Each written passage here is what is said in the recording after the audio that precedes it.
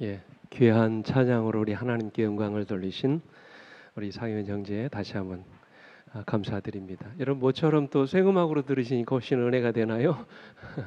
예, 속히 그런 날이 빨리 왔으면 좋겠습니다. 예.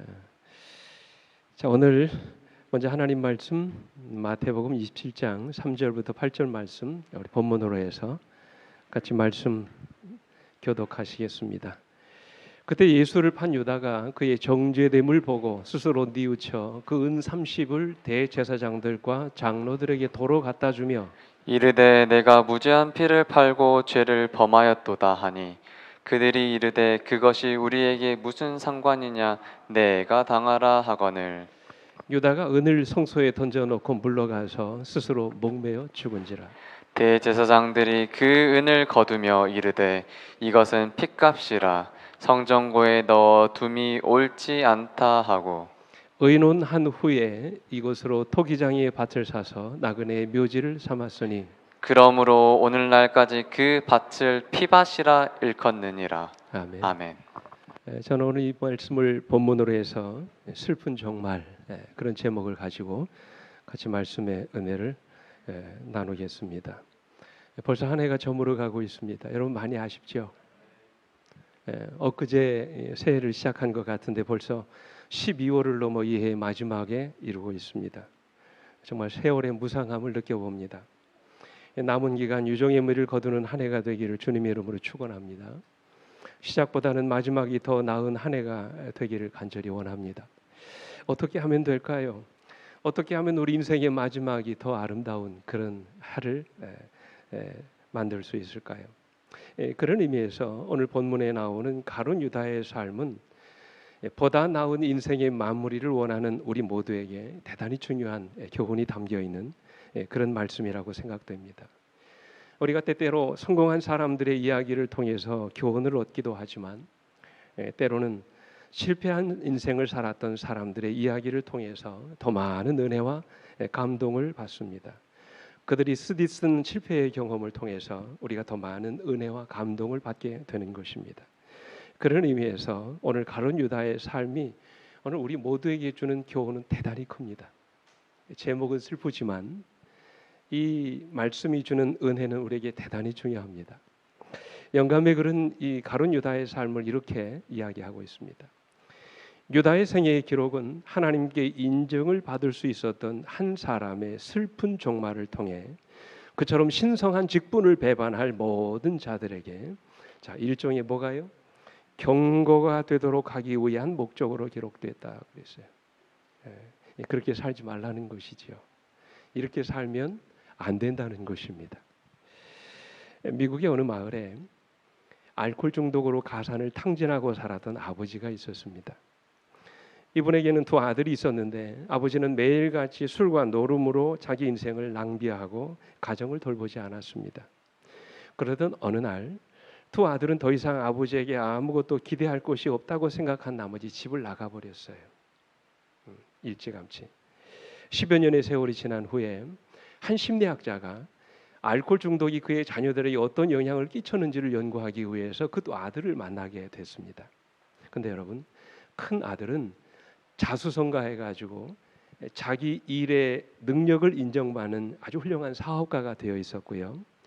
안타깝게도 작은 아들은 아버지의 뒤를 이어 아버지가 그렇게 사셨던 것처럼 술과 노름으로 자기 인생을 탕진하고 있다는 것입니다.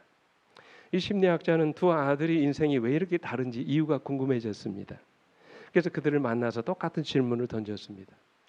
당신은 당신의 인생이 이렇게 된 원인이 뭐라고 생각하십니까? 그렇게 질문을 던졌어요. 그러자 작은 아들이 대답합니다. 내가 이렇게 안 되게 생겼습니까? 내가 보고 자란 것이 무엇이겠습니까? 나라고 배울 수 있습니까? 나는 내 아버지를 저주합니다. 내 인생을 이렇게 만든 내 아버지를 저주합니다. 그렇게 했어요. 근데 여러분, 성공한 큰아들은 전혀 다르게 대답했습니다. 저는 아버지의 불행한 삶을 보고 아버지와 같은 인생을 살지 않겠노라고 결심했습니다. 아버지의 삶은 실패한 인생이 무엇인지를 깨닫게 해주었고 내가 무엇을 위해서 살아야 하는지를 알게 해주셨습니다. 그러고 보면 아버지는 저의 인생의 가장 위대한 스승이었습니다. 여러분 차이가 무엇입니까? 똑같은 환경에서 자란 아들이었지만 작은 아들은 그에게 주어진 환경을 저주하고 원망하기만 했지 그의 아버지에게서 무엇인가를 배우려고 하지 않았어요. 그러나 큰 아들은 어떻습니까? 불행한 인생을 보면서 자기는 불행한 아버지처럼 그렇게 살지 않아야 되겠다고 생각했습니다. 아버지의 불행한 인생을 보면서 어떻게 사는 것이 인생을 값어치 있게 아름답게 사는 것인지를 스스로 배우려고 했다는 것입니다. 오늘 여러분 이 이야기가 주는 교훈이 무엇일까요? 아무리 실패한 인생을 산 사람이라 할지라도 우리가 그의 인생을 통해서 무엇인가를 배우려고 하면 반드시 그 사람은 성공적인 인생을 살 수 있다는 것입니다. 그래서 바울은 그런 말씀을 하셨죠. 우리 같이 한번 읽어볼까요? 로마서 15장 4절에 시작.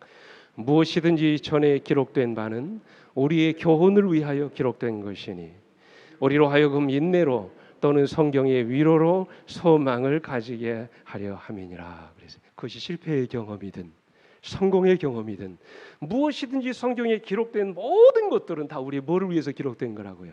교훈을 위해서 기록된 것이라고 말씀하셨어요. 그렇다면 오늘 유다의 삶이 우리에게 주는 교훈이 무엇입니까? 우리가 유다의 삶을 통해서 배워야 할 그 교훈, 여러분 그 교훈이 무엇이라고 생각하십니까? 그의 슬픈 종말을 보면서 우리 인생의 결말이 그와 같이 되지 않도록 오늘 이 시간 여러분과 제가 정말로 배워야 할 중요한 교훈이 무엇이라고 생각하십니까? 여러분 유다의 종말이 슬픈 이유는 첫째로 그가 주님을 따르면서도 자기를 부인하는 인생을 살지 않았기 때문입니다. 유다는 지나치게 자아가 강한 사람이었어요. 그의 자아가 여전히 살아 있었습니다. 주님을 따르면서도 자기를 죽이지 못했던 사람입니다. 그래서 유다는 철저하게 자기 중심적인 인생을 살았습니다. 자기 생각, 자기 주관, 자기 마음대로 그의 인생을 살려고 했어요. 이것이 유다의 인생을 불행으로 만들었습니다. 근데 주님은 말씀하셨죠. 마태복음 16장 24절에 이미 말씀하셨어요. 이에 예수께서 제자들에게 이르시되 누구든지 나를 따라오려거든 첫째 뭐 하고요? 자기를 부인하고 자기 십자가를 지고 나를 따를 것이니라고 말씀하셨어요. 주님을 따라가는 길에 있어서 가장 먼저 해야 할 일은 철저하게 자기를 부인하는 일이라고 말씀하셨어요. 자기를 십자가에 못 박고 주님을 따라가는 삶, 이것이 제자가 된 자들에게 첫 번째로 갖춰야 될 조건이라는 말씀이에요. 그러나 유다는 자기를 십자가에 못 박지 않았습니다. 그는 여전히 자기 생각과 고집대로 제자의 길을 걸어갔던 것입니다. 다시 말해서 그는 주님의 진정한 제자가 아니었던 것입니다. 언제나 그의 마음의 중심에는 자기가 자리 잡고 있었습니다. 모든 일을 자기 뜻대로 자기 고집대로 하려고 했습니다. 여기서부터 유다의 인생이 틀어지기 시작했어요. 여러분 기억하십시오. 유다의 비극이 여기서부터 시작된 것입니다. 여러분 질문 드릴게요. 제자가 무엇입니까? 제자가 뭐예요? 제자는 누구 가르침을 따르는 사람이에요? 이 스승의 가르침을 따르는 사람이에요. 예수의 가르침을 따라 사는 사람입니다. 근데 제자가 스승의 가르침을 따르지 않고 자기 주관이나 자기 생각대로 자기 마음대로 인생을 산다면 그는 뭐가 아니에요? 제자가 아닌 것입니다. 엄밀히 말해서 유다는 주님의 제자가 아니었던 것입니다. 이 주님의 제자들 가운데 여러분 아시겠습니다만 유다만 유일하게 부름받지 않은 제자였습니다. 그는 스스로 내가 예수님의 제자가 되겠노라고 자원했던 사람이었습니다. 수많은 군중들이 주님을 따르고 그의 말씀에 감동되는 모습을 그는 봤습니다. 수많은 병자와 절름발이와 소경들이 고침받고 귀신들이 노임을 받는 것을 봤어요. 그는 심지어 죽은 자들이 일어나는 기적을 봤습니다. 그런 몸소 주님의 능력이 나타나는 기적의 현장을 봤습니다. 주님이 주시는 가르침은 일찍이 그가 들었던 그 어떤 랍비의 가르침보다도 굉장한 권능이 있었어요. 그래서 유다는 주님을 사랑하게 되었고 주님과 함께 있기를 간절히 사모하였다고 그랬어요. 우리 영감이 그는 이렇게 말씀하십니다. 그는 자기의 품성과 생애가 뭐 되기를 바랐고요? 변화되기를 바랬고 자기 자신을 예수님과 연합함으로 그 같은 경험을 하고 싶어 했다. 여러분 기억하십시오. 유다도 뭐 되기를 원했어요? 자기가 변화되기를 원했어요. 그런 경험을 누구와 함께? 예수님과 함께 날마다 경험하기를 원했다라고 말씀하셔서 그런 유다를 주님이 거절하지 않으셨어요. 이 주님은 12 중에 한 자리를 가룟 유다에게 허락하셨습니다. 그리고 유다에게도 영혼을 구원하는 전도 사업을 위탁하셨습니다. 유다에게도 병자를 고치고 귀신을 쫓아내는 능력을 주셨습니다. 유다를 그분의 제자로 인정하신 것입니다. 자, 근데 여러분 안타깝게도 이어지는 영감에 그래 보십시오. 그러나 유다는 자기 자신을 그리스도께 완전히 굴복시키는 경지에 이르지 않았다. 이게 문제라는 것이죠. 그가 그리스도의 사신의 지위를 받아들이고 있었지만 거룩하신 분께서 하시는 인격 형성에 자기 자신을 뭐하지 않았다? 복종시키지 않았다. 그는 자기 자신의 판단과 의견을 가질 수 있다고 생각하고 비평하고 비난하는 성질을 길렀다고 그랬어요. 주님을 따랐지만 여전히 뭐가 살아있습니까? 자기가 살아있었던 것입니다. 시간이 흐르면서 유다의 못난 자아가 서서히 고개를 들기 시작했습니다. 모든 것을 자기 주관대로 판단하고 행동하기 시작했습니다. 자기를 높이기 시작했습니다. 자기를 주님의 자리에 놓이게 된 것입니다. 실제로 영감이 그런 이렇게 말씀하지요. 유다는 제자들에게 몹시 존경을 받고 있었을 뿐 아니라 그에게 상당한 영향력을 끼치고 있어요. 이게 제자들 사이에 가장 강력한 영향력을 끼치고 있었던 제자들 중에 1인자가 누굽니까? 베드로가 아니에요. 유다였습니다. 예수님 다음으로 그는 제자들로부터 존경을 받고 있었다고 그래서 그러면서 이렇게 말합니다. 유다는 자신의 자질에 대해 스스로 높이 평가하고 그의 동료들의 판단력과 능력을 매우 열등하게 생각해요. 그래도 그럴 것이 유다가 제일 많이 배웠어요. 아는 것이 많은 사람이었습니다. 한마디로 말하면 든 것이 있는 사람이었어요. 심지어 여러분 유다는 자기를 주님보다 어느 날 더 높이기 시작했다고 그랬어요. 유다는 자기를 고문으로 받아들인다면 그 작은 교회의 유익을 위하여 많은 계획을 제의할 수 있다고 생각하였다. 그의 원칙과 방법이 그리스도의 그것과는 다소 차이가 있지만 자 보세요. 이 일에 있어서는 자기 자신이 그리스도보다 더 현명하다고 생각했다 그랬어요. 그래서 결국 그는 주님을 억지로 이스라엘 왕위에 앉힐 계획을 세우게 됐던 것입니다. 주님에게 이 세상 임금이 되려는 욕망이 없는 것을 알고 주님을 억지로 그 자리에 앉힐 마음을 먹었던 거. 여러분 아시는 것처럼 요한복음 6장에 보면 오병이어의 기적을 베풀면서 수많은 사람들이 예수님을 이스라엘에 뭘로요? 왕으로 세우려고 하는 움직임이 있습니다. 그 선봉에 섰던 사람이 누구였다고요? 유다였습니다. 그러나 주님은 뭐 할 마음이 없었어요? 이스라엘의 왕이 될 마음이 없었어요. 세상 임금이 되고 싶은 마음이 주님에게는 한터럭도 없었어요. 그래서 여러분 유다가 마지막으로 선택한 방법이 뭔지 아세요? 그것이 바로 십자가였습니다. 여러분 오해하지 마십시오. 그저 은30이 탐나가지고 주님을 십자가로 몰아간 것이 아니에요. 유다가 원했던 것은 더 위에 있었습니다. 예수님을 뭘로 만드는 것이었어요? 왕으로, 임금으로 세우는 것이었습니다. 그렇게 주님을 억지로 십자가로 몰아가면 주님이 마침내 온 이스라엘 백성들 앞에서 자신이 하나님의 아들이심을 나타낼 줄 알았어요. 그리고 마침내 그분이 이스라엘 왕위에 오르실 것이라고 생각했던 것입니다. 그렇게만 된다면 그는 주님을 왕위에 앉은 1등 공신으로 인정을 받게 될 것이고 예수님 다음 가는 지위를 차지하게 될 것이라고 그렇게 욕심을 부렸던 것입니다. 그런데 여러분 영감의 글은 이렇게 말하지요. 그러나 유다는 자기 자신이 그리스도를 죽음에 넘겨주고 있다는 사실을 뭐 했다고요? 알지 못했다고 그랬어요. 그것이 그의 선생을 십자가에 못 박는 죽음으로 몰아가는 것이 뭘까 알지 못했다고 그랬어요. 이처럼 그는 철저하게 자기 중심적으로 살았던 사람이었어요. 모든 판단과 선택의 기로에서 그는 오직 자기 마음이 원하는 대로 결정하며 살았던 사람이었습니다. 그는 한 번도 사복음서를 보십시오. 주님께 묻지 않았어요. 주님의 가르침을 따르려고 하지 않았어요. 자기 생각, 자기 마음에 옳은 대로 결정하고 행동했던 것입니다. 이것이 유다의 인생을 비극으로 몰아넣은 것입니다. 그래서 폴 미츠라고 하는 유명한 신학자는 유명한 기독교 심리학자는 이런 말을 했어요. 우리 시대의 가장 무서운 종교, 가장 무서운 이단은 자기 숭배라는 종교다 그랬어요. 이 가장 무서운 이단입니다. 가장 무서운 종교예요. 뭐가요? 자기 숭배.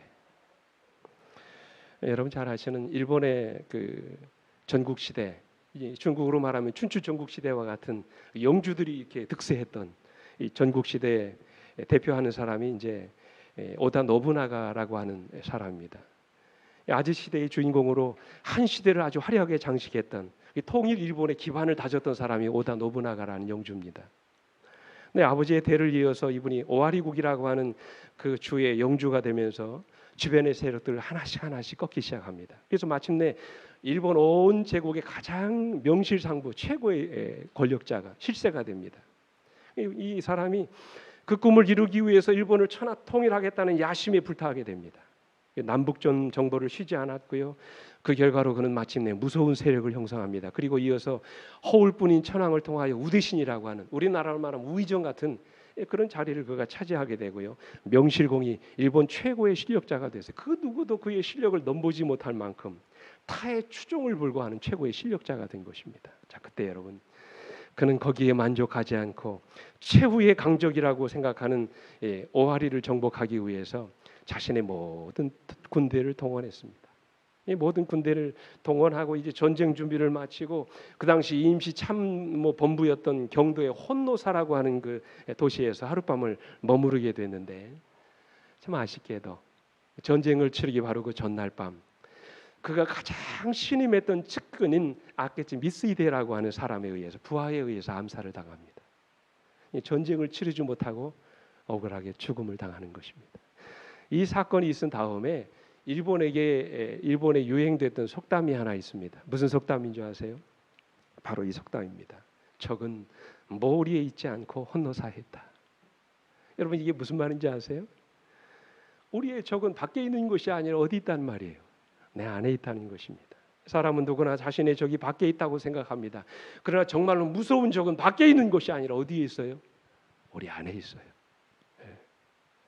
오다 노부나가는 그 사실을 몰랐기 때문에 비참한 최후를 당했던 것입니다. 참으로 무서운 적은 절대로 모리가 아니에요. 오늘 나를 망치게 하는 진짜 적은 언제나 내 안에 있는 노예의 혼노사입니다. 기억하십시오. 적은 모리에 있지 않습니다.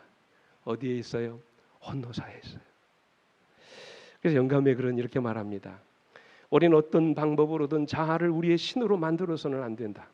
하나님께서는 우리를 모든 죄악으로부터 깨끗하게 하시고자 우리를 위하여 죽도록 그분 자신을 주셨다. 만약 우리가 그분에 의하여 우리 자신이 조종되도록 허락한다면, 참 중요한 것입니다.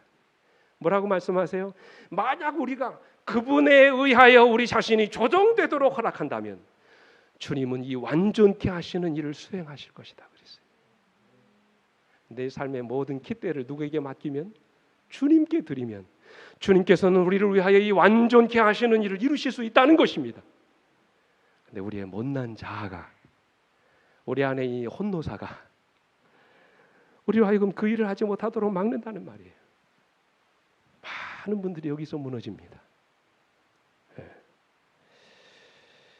러빈 갓이라고 하는 책을 써서 유명한 그 찰스 콜슨이라고 하는 사람이 있는데요. 이분이 여러분 아시는 것처럼 미국의 대통령이었던 닉슨이라고 하는 대통령의 특별 보좌관이었습니다. 이분이 1974년에 그 유명한 워터게이트 사건 여러분 아시죠?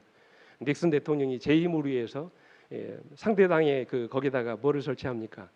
도청을 설치했다가 그게 발각돼 가지고 결국에는 닉슨이 이제 사임을 하지 않습니까? 그 사건에 대한 책임을 맡아가 이분이 교도소에 들어가게 됩니다.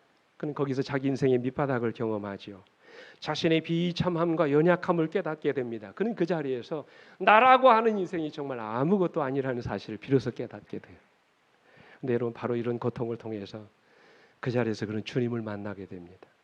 지금까지 자기 힘을 믿고 살아왔던 것들이 얼마나 어리석었는지를 깨닫게 됩니다. 그 후로 그는 주님께 그의 인생을 맡겼어요. 그가 자신의 실패를 선언했을 때 주님은 그를 위해서 일하기 시작합니다. 완전히 이 사람의 인생을 송두리째 바꿔놓아요.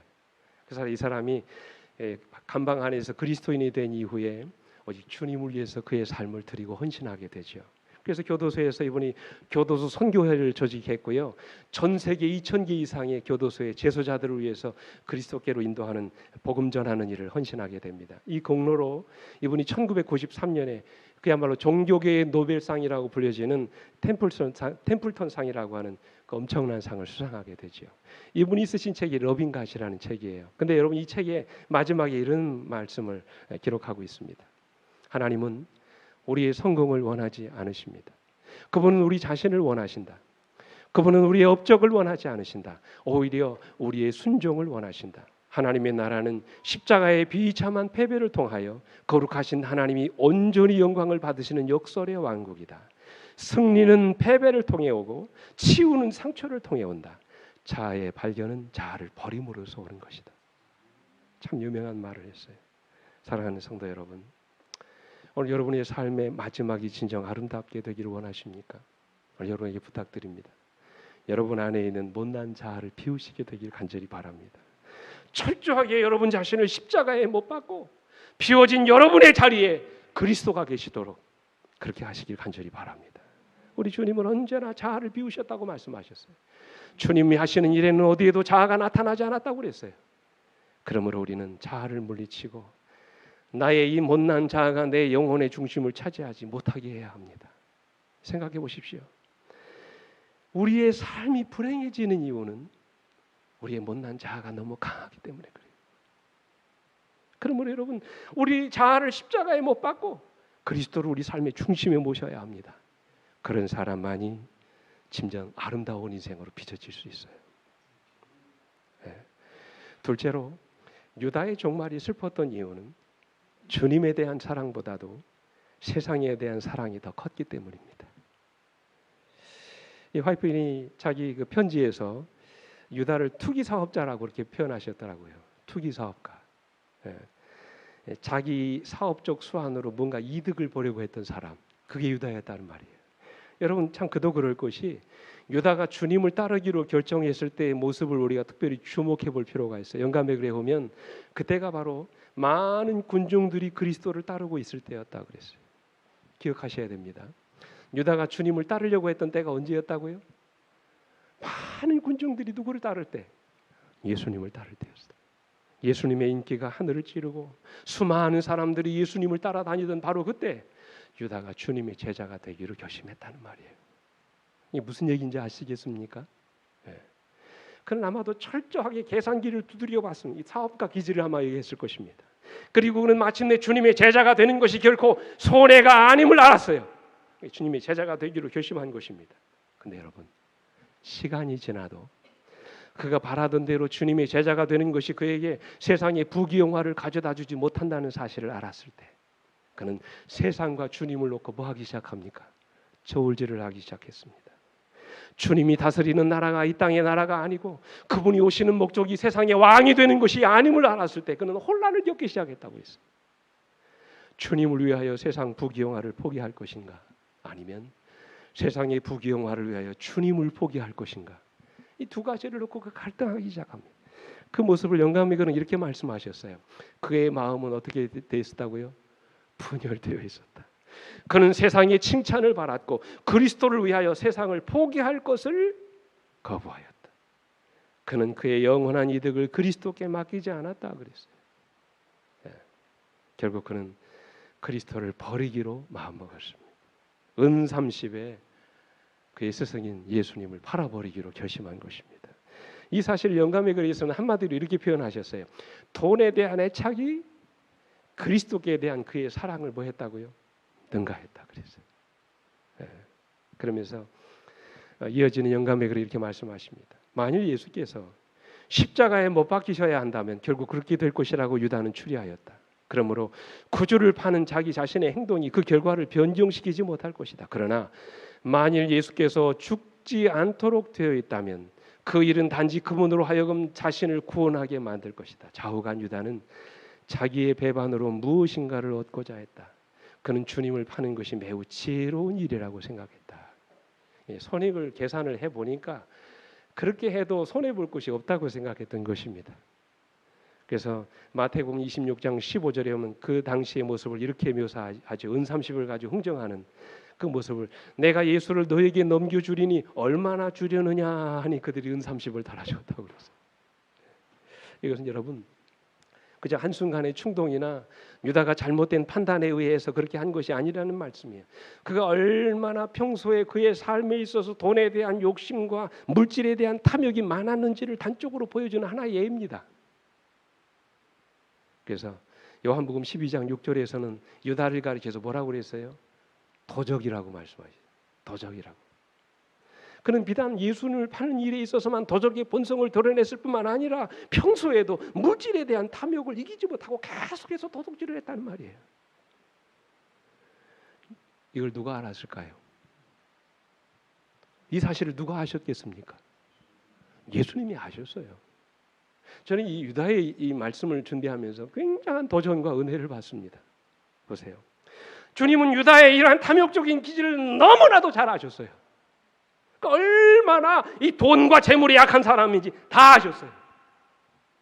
그래서 그로 하여금 그의 탐욕적인 기질을 스스로 알고 고칠 수 있도록 유다에게 직분을 맡기셨어요. 어떤 직분입니까? 성경에 나오지 않아요. 뭐를 맡았다고요? 돈꾀를 맡겼다고 그랬어요. 요즘 우리 교회로 말하면 무슨 일을 하게 한 것입니까? 재무 일을 하게 하신 것입니다. 주님과 그의 제자들에게는 가난한 자들과 전도 사업에 필요한 자금을 충당하기 위해서 모아둔 약간의 후원금 돈이 있었습니다. 그런데 주님께서는 유다에게 이 돈을 관리할 책임을 그에게 맡기신 것입니다. 한번 생각해 보십시오. 주님의 제자들 가운데는 유다보다 돈을 더 잘 관리하는 세리 출신이 있어요. 평생 뭐만 한 사람이 있습니까? 돈만 세다 온 사람이 있어요. 누굽니까? 마태가 있었어요. 그럼에도 불구하고 주님께서 유다에게 그 직분을 맡기신 이유가 뭡니까? 유다의 연약함을 아시기 때문에 그래요. 그래서 그로 하여금 돈을 사랑하고 참으로 물질에 대한 욕심을 참지 못하는 이 그의 탐욕적인 기질을 고칠 수 있도록 가난한 자들을 돕고 복음 사업을 위해서 재정을 나누어 주는 직분을 그에게 맡기신 것입니다. 근데 여러분 영감에 그래 보십시오. 다른 사람들을 위해 봉사하는 일을 통하여 유다는 이기심 없는 정신을 개발해야만 하였다. 그러나 날마다 그리스도의 교훈을 듣고 그분의 무아의 생애를 보면서도 유다는 탐욕적인 기질에 사로잡혔다. 손에 들어오는 적은 돈이 그에게 계속적인 유혹물이 되었다 그랬어요. 이 자기 본능을 이렇게 극복하지 못하는 것입니다. 돈을 사랑했던 유다는 결국 돈을 사랑함으로 비참한 종말을 맞이하게 됐던 것입니다. 돈 때문에 인생을 망친 사람이에요. 돈에 눈이 뒤집혀서 자기 스승을 팔아먹은 파렴치한이 된 것입니다. 성경은 우리 인간이 인생을 살아가면서 돈이 필요하다는 것과 돈을 바르게 사용해야 된다는 중요성을 말씀하셨어요. 그런데 여러분 성경이 돈에 대해서 말씀하실 때마다 늘 강조하는 것이 두 가지가 있습니다.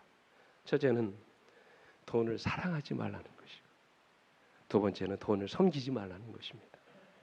성경은 돈이 필요하다고 말씀하십니다. 또 성경은 그리스도인들이 이 돈을 바르게 사용해야 된다고 말씀하십니다.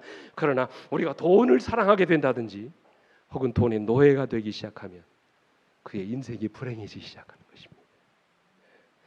이 유다의 비극이 여기서부터 시작됐어요. 그래서 여러분 바울은 뭐라고 말씀하십니까?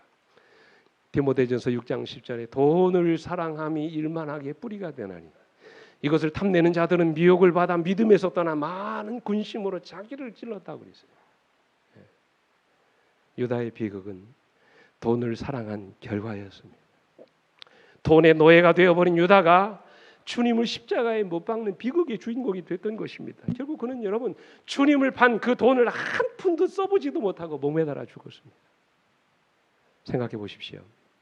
오늘날 이 세상에서 일어나는 대부분의 죄들이 뭐와 관련되어 있습니까? 돈과 관련되어 있어요. 왜 이렇게 많은 사람들의 인생이 하루아침에 비참하게 됩니까? 왜 이렇게 많은 지도자들이 하루아침에 인생이 추락합니까? 이 재물에 대한 욕심을 극복하지 못해서 돈을 사랑하기 때문에 돈의 노예가 되어버리기 때문에 그래요. 결국 돈 때문에 인생을 망치는 경우들이 얼마나 많습니까? 여러분 기억하십시오. 돈은 수단이지 목적이 아닙니다. 돈이 우리 인생의 목적이 되는 그 순간부터 우리 인생은 불행해지기 시작합니다. 이것이 바로 가룟 유다의 비극이에요. 여러분 돈을 사랑하지 않게 되기를 간절히 바랍니다. 돈의 노예가 되지 않게 되기를 간절히 바랍니다. 돈이 여러분 인생의 모든 것이 되지 않게 되기를 간절히 바랍니다. 수단이지 목적이 아니에요. 우리 최성호 씨가 지은 우화집 황금털 사자라고 하는 책이 있습니다. 이 성인들을 위한 우화집인데 조금 어렵습니다만 그 책에 보면 이런 이야기가 나와요. 평생 동안 자기만을 위해 살아온 사람이 있었습니다. 그저 사람들 간의 이해 득실로 얽힌 세상에서 늘 자기 욕심만 채우는 사람이었어요. 이 사람은 어떤 사람이 되기 싫습니까? 늘 외톨이였어요. 혼자였습니다. 주변에 친구도 없습니다. 쓸쓸하기 짝이 없습니다. 그저 외로움을 달래주는 것이라고 하는 사각의 쪽에 가득 차 있는 그 돈밖에 없었습니다. 근데 어느 날 그에게 죽음이 찾아옵니다. 사람들에게 베풀고 나눌 수 있는 마지막 기회가 온 것입니다. 그러나 그는 그 마지막 기회마저 자기를 위해 쓰고 말았습니다. 그는 어떤 일을 했습니까?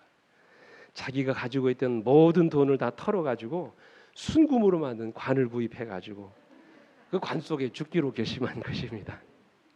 결국 그는 그 금관에 누워가지고 죽었습니다. 사람들이 그를 묻었어요. 그날 밤 무슨 일이 일어났겠습니까? 여러분 무슨 일이 일어났겠습니까? 그의 무덤을 금관을 탐낸 사람들이 다 파헤치고 그 시체가 버려졌어요. 들쥐가 그의 시체를 뜯어먹고 완전히 그 시체가 파괴되는 참 끔찍한 이야기가 거기 기록되어 있어요. 평생 자기만을 위해 산 사람의 비참한 최후를 이야기하고 있는 것입니다. 그래서 주님은 우리에게 말씀하십니다. 오직 너희를 위하여 보물을 어디다 쌓아두라? 하늘에 쌓아두라. 거기는 좀이나 동록이 해하지 못하며 도둑이 구멍을 뚫지도 못하고 도둑질도 못한다고 말씀하셨어요. 사도 바울도 디모데전서 6장 17절로 18절에서 말씀하십니다. 내가 이 세대의 부한 자들에게 명하여 마음을 높이지 말고 정함이 없는 재물에 소망을 두지 말고 오직 우리에게 모든 것을 후히 주사 누리게 하시는 하나님께 두며 18절 선을 행하고 선한 사업을 많이 하고 나누어 주기를 좋아하며 너그러운 자가 되라. 그래서 이게 하늘의 보물을 쌓는 것입니다. 사랑하는 성도 여러분, 정함이 없는 재물에 여러분의 인생을 걸지 않게 되기를 간절히 바랍니다. 돈이 여러분 인생의 우상이 되지 않기를 간절히 바랍니다. 물질에 대한 욕심이 주님에 대한 여러분의 사랑을 능가하지 않게 되기를 간절히 바랍니다. 세상의 재물과 돈에 대한 욕심이 여러분들의 신앙의 걸림돌이 되지 않게 되기를 간절히 바랍니다. 오히려 여러분이 가진 재물로 선을 행하고 선한 사업을 많이 하고 나누어 주기를 좋아하는 너그러운 그리스도인들이 되시기를 간절히 바랍니다. 아낌없이 베푸시기 바랍니다. 더 많이 나누며 사시게 되기를 간절히 바랍니다. 여러분을 위하여 보물을 하늘에 쌓게 되기를 간절히 바랍니다. 그래야 인생이 아름다워요. 그래야 우리 인생의 마지막이 더 아름다운 것입니다. 마지막으로 유다의 종말이 슬픈 이유는 유다가 자신의 죄를 알면서도 끝까지 회개하지 않았기 때문에 그래요. 이게 가장 큰 불행입니다. 여러분 묻습니다. 유다 자신도 자기에게 문제가 있는 것을 알았을까요? 어떻게 생각하십니까? 에? 유다 자신도 그 자신에게 이런 문제가 있는 것을 알았을까요? 알았습니다. 그죠? 그의 품성에 결점이 있는 것을 유다 자신도 알고 있었다고 그랬어요. 세속적인 야망과 돈에 대한 지나친 애착, 부정직한 생애를 통해서 무너진 그의 양심, 다른 형제들을 무시하고 스스로 우쭐대기 좋아하는 그 교만함, 다른 동료들을 비난하기 좋아하고 서슴지 않고 남을 정죄하는 그의 더러운 입술, 누구보다도 유다가 잘 알아. 그러나 우리 주님께서 유다를 선택하셨을 때 그에게 희망이 없는 것이 아니었습니다. 여러분 유다에게도 얼마든지 좋은 장점들이 많았어요. 여러분 그냥 유다가 존경받은 것이 아니에요. 제자들 사이에서 유다에게는 아주 장점이 많은 사람이었어요. 유식하고 합리적인 사람이었습니다. 융통성 있고 상황 파악을 아주 잘하는 사람이었습니다. 두뇌 회전이 빠르고 지도력이 강한 사람이었어요. 이 제자들 사이에 언제나 리더는 누구였습니까? 가룟 유다였어요. 유다는 예수님이 제자가 되면서부터 주님과 교제하고 주님의 설교를 들을 수 있는 수없은 많은 기회가 주어졌기 때문에 만약에 그가 진정으로 주님의 제자가 되기를 원했다면 그는 얼마든지 자신의 결점을 깨닫고 고칠 수 있는 기회가 그에게 있었다는 것입니다. 그러나 유다는 자신의 결점을 고치려고 하지 않았어요. 이게 문제라는 것이죠. 오늘 여러분과 저 자신에게도 그런 문제가 있다는 사실을 여러분 자신이 아십니까? 그죠? 알지요? 나에게 어떤 부분이 연약하고 부족한 것을 그건 누구보다도 내가 잘 압니다. 문제는 우리가 그런 문제를 뭐 하지 않는다는 거예요. 고치려고 하지 않는다는 것입니다. 영감이 이렇게 말씀하세요. 유다가 제자로 받아들여진 것은 그의 품성의 결함 때문에서가 아니라 그런 것들이 있음에도 불구하고서였다. 예? 그가 제자들 가운데 속하게 된 것은 그리스도의 교훈과 모본을 통하여 그리스도의 품성이 어떠한 것임을 배우고 자기의 잘못을 깨닫고 회개하고 거룩한 은혜를 힘입어 진리를 순종함으로 그 심령이 정결케 되도록 하기 위함이었다고 했어요. 그러나 유다는 자기에게 그토록 은혜롭게 비추어진 빛 가운데서 행하지 아니하였다고 했어요. 이게 문제라는 것이죠. 그런 유다를 우리 영감의 글에서는 이 화이트인이 뭐라고 말씀하시냐면 종교적인 사기꾼이었다고 그랬어요. 좀 극한 표현이긴 합니다만 무슨 말인 줄 아세요? 이 사기꾼은 항상 무슨 표준을 제시하면 높은 표준을 제시합니다. 그리고는 정작 자신은 그 표준에 도달하지 못해요. 그래서 그 표준에 도달하지 못한 그 자신의 내면을 감추기 위해서 항상 이런 사람은 뭐 하냐면 자주 비난합니다. 정죄합니다. 다른 사람의 결점에 대해서 항상 비난의 화살을 퍼붓습니다. 우리 대표적인 사건을 어디서 발견합니까? 그 막달라 마리아가 옥합을 깨뜨린 사건 아시죠, 여러분? 요한복음 12장에 보면 그 사건이 나오지 않습니까? 막달라 마리아가 옥합을 깨뜨려서 주님의 발에 붓고 그의 머리털로 주님의 발을 씻기도록 했을 때 유다가 뭐라고 비난합니까? 요한복음 12장 5절에 이 향유를 어찌하여 300데나리온에 팔아 가난한 자들에게 주지 아니하느냐 그랬어요. 이 마태복음에 보면 왜 허비하느냐고 그랬어요. 마가복음에 보면 이 여자를 책망했다고 그랬어요. 근데 유다가 막달라 마리아를 이렇게 비난한 이유가 뭔지 아세요? 자신은 막달라 마리아처럼 그렇게 뭐하지 않기 때문입니까? 헌신하지 못했기 때문입니다. 이처럼 우리 인간에게는 자신의 약점을 감추기 위해서 자기 주변에 있는 사람들을 비난함으로 자신은 전혀 아닌 사람인 것처럼 가장하는 가면을 쓰고 살아가는 모습이 있다는 것입니다. 예수님께서 마지막 만찬을 드실 때 제자들에게 뭐라고 말씀하셨어요? 아주 충격적인 말씀을 하시죠. 제자들이 모인 자리에서 너희 중에 한 사람이 나를 팔리라 그랬어요.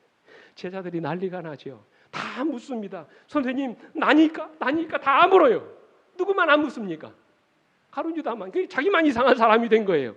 그래서 여러분 마태복음 26장 25절에 보면 예수를 파는 유다가 대답하여 이르되 랍비여 나는 아니지요? 묻습니다. 얼마나 가증합니까? 보세요. 우리가 이미 알고 있는 것처럼 이미 유다는 예수님을 은 30에 뭐 이후에요? 팔아먹은 이후입니다. 이미 팔고 온 것이에요. 의심받을까 봐. 나는 아니라고 이야기하는 것이에요. 사람들에게 드러날까 봐. 자기의 내면에 감추어져 있는 이 악한 본능이, 이 악한 모든 행위가 다 드러날까 봐 랍비여 나는 아니지 묻는 것입니다. 철저하게 자기를 위장하고 살아요. 얼마나 그가 위장을 잘했냐면 제자들도 몰랐다고 그랬어요. 예수님이 마지막에 그러죠. 가서 내가 할 일을 하라고 그랬어요. 팔라고 그랬어요. 예. 그러니까 제자들도 몰랐다고 그랬어요. 좋은 일 하러 나간 줄 안다고 그랬어요. 이만큼 여러분 자기 문제를 자기 주변의 사람들에게는 물론 사랑하는 선생님들에게까지도 철저하게 숨기고 살았던 유다. 이게 문제라는 것이. 저는 이 유다의 말씀을 준비하면서 이런 경우를 한번 혼자 상상을 해봤습니다. 만약 그가 어느 날 우리 주님 앞에 나와서 주님 저는 사실 도적질하는 죄인입니다. 저는 재물에 대한 욕심을 버리지 못하고 살았습니다. 세상에 대한 욕심이 저의 마음에 가득 차 있습니다.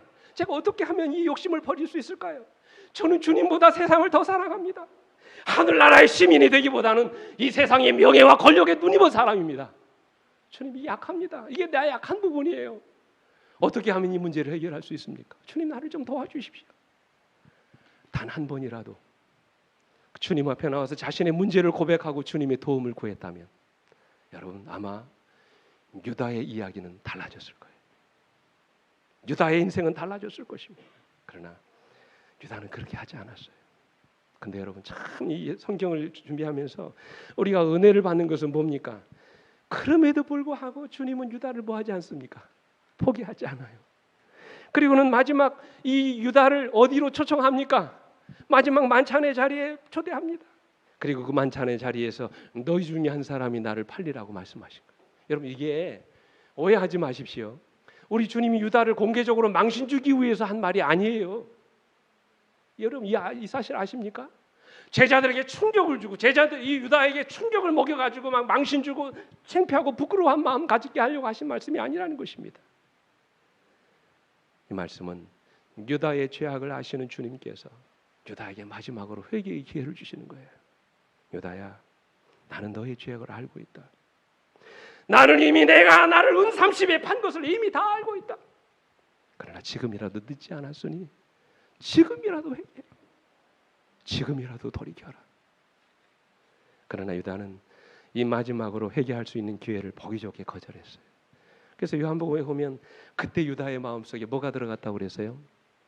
사탄 마귀가 들어갔다고 그랬어요. 은혜의 시기가 끝이 나고 유다의 운명이 비극으로 맞춰지게 된 것입니다. 여러분 기억하십시오. 십자가는 하나님의 예정이고 계획이었지만 성경의 어느 구석을 살펴봐도 이 가룟 유다라는 사람이 예정된 것이 아니었습니다. 저는 그렇게 생각합니다. 그것은 누구라도 할 수 있었던 일이었습니다. 다만 가룟 유다가 스스로 그 길을 선택한 것입니다. 아주 오래전에 영국에서 만들어진 드라마가 있습니다. 유다의 얼굴이라고 하는 제목으로 1962년도에 만들어진 드라마인데요. 그 내용이 뭐냐면 이 제작자가 가룟 유다의 배역을 찾으려 하는 이야기예요. 근데 뭐 긴 이야기는 다 생략하고 아무리 찾지만 결국 가룟 유다를 찾지 못한다는 이야기입니다. 그리고는 그 드라마의 주인공이 마지막 부분에 청중을 쳐다보면서 이렇게 이야기합니다. 당신이 그 유다가 될 수 있습니다. 이게 메시지예요. 누구라도 유다가 될 수 있다는 것. 이것이 바로 제작자가 드라마를 통해서 우리에게 보여주려고 했던 신랄한 지적 가운데 하나라는 것입니다. 참으로 우리가 우리 믿음을 관리하는 일에 실패할 때 우리는 누구라도 뭐가 될 수 있다는 거예요. 유다가 될 수 있다는 것입니다. 여러분 아시는 것처럼 레오나르도 다빈치가 최후의 만찬을 그릴 때 예수님의 그 모델하고 마지막 그렸던 가룟 유다의 모델이 같은 동일 인물이라고 하지 않습니까? 여러분 아시지요? 예수님 모델을 다 그려놓고 세월이 흘러서 유다 모델을 찾고 모델을 세워놓고 그려놓고 보니까 누구들 하는 거예요? 예전에 누구 모델이 됐던 사람? 예수님 모델이 됐던 사람이었다는 것입니다. 누구도 예외가 될 수 없다는 말이에요. 여러분 질문 드립니다. 마지막으로 누가 가룟 유다입니까? 오늘날 이 시대의 가룟 유다가 누굽니까? 자기를 감추는 사람이에요. 자기 허물을 드러내지 않는 사람입니다. 철저하게 자기를 위장하고 살아가는 사람입니다. 단 한 번도 주님 앞에 자기 문제를 내면을 끄집어내 놓지 않는 사람, 그리고 마치 자기는 아무런 잘못도 죄도 짓지 않은 사람처럼 자기를 위장하고 살아가는 사람, 바로 그 사람이 이 시대의 유다입니다. 그래서 주님은 말씀하세요. 잠언 28장 13절에 자기의 죄를 숨기는 자는 형통하지 못하나 죄를 자복하고 버리는 자는 불쌍히 여김을 받느니라. 아멘. 시편 34편 18절에도 여호와는 마음이 상한 자를 가까이 하시고 충심으로 통회하는 자를 뭐 하신다고요? 구원하시는도다 말씀하셨어요. 제 말씀을 마칩니다. 이 세상에서 가장 위험한 사람은 기억하십시오. 자기를 드러내지 않는 사람입니다. 나에게 이런 문제가 있다고 고백하지 않는 사람입니다. 그러나 나에게 이런 문제가 있습니다라고 고백할 수 있는 사람은 희망이 있는 사람입니다. 우리 모두 하나님 앞에 정직한 그리스도인으로 살아가시게 되기를 간절히 바랍니다. 앞으로 이제 한 주일 동안 우리가 특별한 연말 기도주의를 통해서 하나님 앞에 서게 될 때 여러분의 있는 모습 그대로 주님 앞에 나와 고백하시게 되기를 간절히 바랍니다. 지나온 한 해를 돌아오며 정말로 때묻고 더러워진 여러분의 영혼을 끄집어내놓고 하나님께 고백하며 정결케 해주시도록 기도하는 여러분과 제가 되기를 간절히 바랍니다. 그러기 위해서는 뭐 하는 게 없어야 돼요? 숨기는 것이 없어야 합니다. 주님은 다 아십니다. 얼마나 우리가 나약한 존재인지 다 아세요. 그래서 이런 특별한 기간을 정해놓으시고 우리의 더럽고 추한 육신을 다 드러내놓고 정결케 하시기를 주님은 원하시는 것입니다. 바라기는 한 주일 동안 여러분과 제가 주님 십자가 아래 우리의 묵은 죄들을 다 내려놓고 정결케 되는 경험을 갖게 되시길 간절히 바랍니다. 여러분 기억하십시오. 마지막 시대, 특별히 예수의 재림이 임박한 이 마지막 시대에 오늘 여러분과 제가 용서받지 못한 죄의 기록을 남기는 것은 대단히 위험한 일이에요. 여러분 주님이 지금 하늘 지성소에서 무슨 일을 하고 계시다고 그랬어요? 조사심판. 여러분 조사심판은 오해하지 마십시오. 우리의 죄의 기록을 다 찾는 그런 얘기 아니에요. 죄의 기록을 찾는 것이 조사심판이 아닙니다. 조사심판은 용서받은 기록을 찾으시는 거예요. 그래서 아버지 하나님과 온 우주에 타락하지 않은 거민들 앞에서 우리의 의로움을 변호하는 날이에요. 그러므로 이 은혜의 시기에 용서받지 못한 죄의 기록을 남겨두는 것은 대단히 어리석은 위험한 일입니다. 이 한 기간 동안 십자가의 보혈로 깨끗이 지음을 받으시는 우리 모두가 되길 간절히 바랍니다. 그런 사람에게 희망이 있습니다. 그런 사람에게 결말이 아름다운 것입니다. 우리 모두 가룟 유다의 아름답지 못했던 슬픈 종말이 여러분과 저의 인생이 되지 않게 되기를 간절히 바라고요. 우리가 오늘 주신 말씀을 통하여 아름다운 인생의 마무리를 위해서 한 주일 내내 정말로 십자가 앞에서 완전히 굴복하고 회개하시는 우리 모두가 되기를 간절히 바라면서 말씀 마치겠습니다. 함께 일어나셔서 찬양하시겠습니다.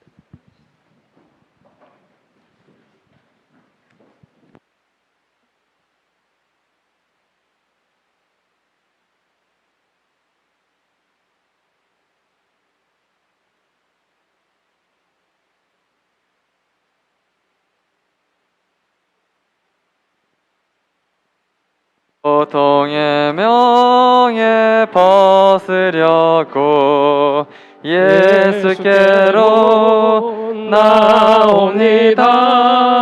자유와 기쁨 베푸시는 주께로 옵니다.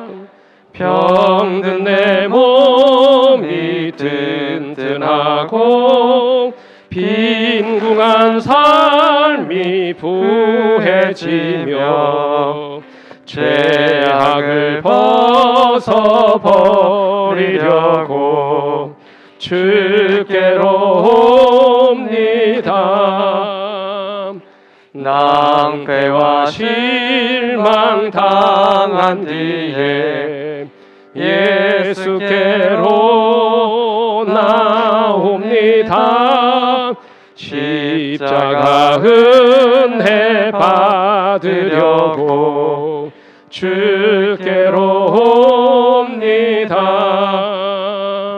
슬프던 마음 위로받고 이 생의 풍파 잔잔하며 영광의 찬송 부르려고 주께로 옵니다. 4절 부르시겠습니다. 4절. 죽음의 길을 벗어나서 예수께로 나옵니다. 영원한 집을 바라보고 주께로 옵니다. 멸망의 복을 헤어나와 영광의 나라 달아서 영광의 주를 배우려고 주께로 옵니다. 오라, 우리가 서로 변론하자. 너희 죄가 주홍 같을지라도 눈과 같이 희어질 것이요 진홍같이 붉을지라도 양털같이 희게 되리라. 아버지, 우리 모두가 주님 앞에 정직한 자로 서게 되기를 원합니다. 우리의 때묻고 더러워진 육신 그대로, 우리 악하고 더러운 우리의 본능 그대로 주님 십자가 앞에 다 내놓고 정결케 씻음받게 되기를 아버지 원합니다. 감추지 않게 하시고 내 자신을 위장하지 않게 하시며 마치 의로운 것처럼 우리 자신을 포장하지 않게 해주시옵소서. 있는 모습 그대로 주님 앞에 나와 깨끗이 함을 입는 그런 은혜로운 한 주간이 될 수 있도록 우리 모두에게 복을 내려 주시옵소서. 이제는 우리 아버지 하나님의 놀라우신 은혜와 그 아들 예수 그리스도의 다함이 없어진 십자가의 사랑과 오늘도 우리를 거듭나게 하시고 날마다 새 사람 되게 하시는 성령 하나님의 감화 감동하심이 이제로부터 영원토록 우리 모두와 함께 해주시옵기를 우리의 구주이신 예수 그리스도의 이름으로 간절히 축원하옵나이다. 아멘.